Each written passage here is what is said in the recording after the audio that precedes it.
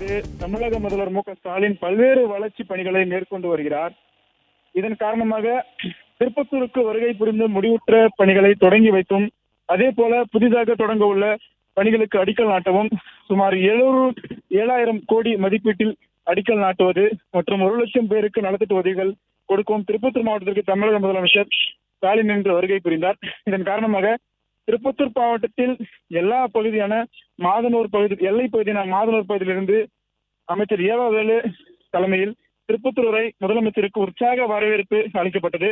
அதன் பின்னர் திருப்பத்தூர் மாவட்ட ஆட்சியர் அலுவலகம் முன்பு அமைக்கப்பட்டிருந்த முத்தமிழ் அறிஞர் கலைஞரின் கருணாநிதி அவர்களின் 9 அடி உயர வெண்கல சிலையை தமிழக முதலமைச்சர் திறந்து வைத்தார்.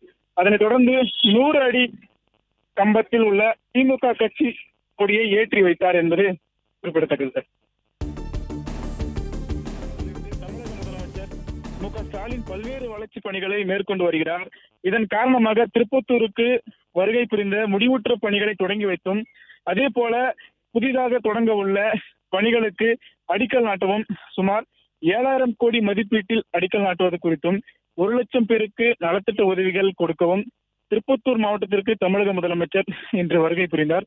இதன் காரணமாக திருப்பத்தூர் மாவட்டத்தின் எல்லை பகுதியான மாதனூர் பகுதியிலிருந்து பொறுப்பு அமைச்சர் ஏவாவேலு தலைமையில் திருப்பத்தூர் வரை பொதுமக்கள் மற்றும் கட்சி தொண்டர்கள் ஏராளமாக கலந்து கொண்டு உற்சாக வரவேற்பு அளிக்கப்பட்டது.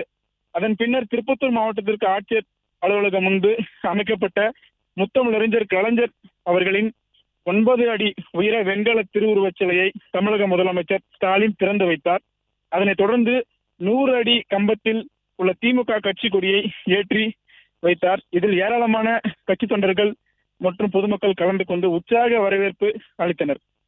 பிளே ஸ்டோர் மற்றும் ஆப் ஸ்டோரில் இருந்து பாலிமர் செயலியை QR கோடு மூலம் பதிவிறக்கம் செய்யுங்கள். செய்திகளை உடனுக்குடன் பெறுங்கள்.